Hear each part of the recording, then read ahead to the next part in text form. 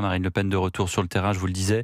Après cette officialisation de candidature sur TF1, la désormais quadruple candidate à l'Élysée était à la Flèche dans la Sarthe, aux côtés de Jordan Bardella pour ce premier déplacement de campagne. Bonsoir Alexandre Chauveau. Bonsoir Pierre, bonsoir à tous. Alexandre, c'est vous qui avez suivi ce déplacement express mais déjà perturbé où Marine Le Pen a tout de même pu renouer avec ses électeurs. Oui, 40 minutes à peine, la faute à une foule un peu trop compacte qui a limité la déambulation, mais aussi à la présence d'une petite centaine de militants LFI venus tenter de perturber le déplacement par des huées dérisoires selon un conseiller de Marine Le Pen. Ils tentent d'arrêter la mer avec leurs mains, confie cette même source, manière de minimiser un micro-événement qui, répété, pourrait néanmoins entacher d'une manière ou d'une autre la campagne.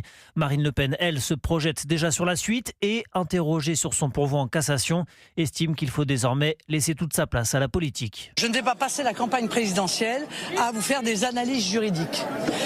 La Cour m'a rendu mon éligibilité.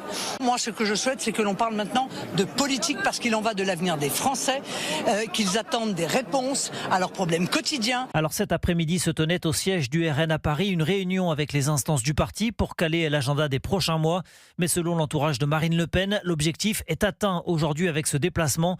L'idée était de marquer les esprits une dernière fois avant la coupure estivale et d'imprimer dans l'esprit des Français la 4e candidature à la présidentielle de Marine Le Pen.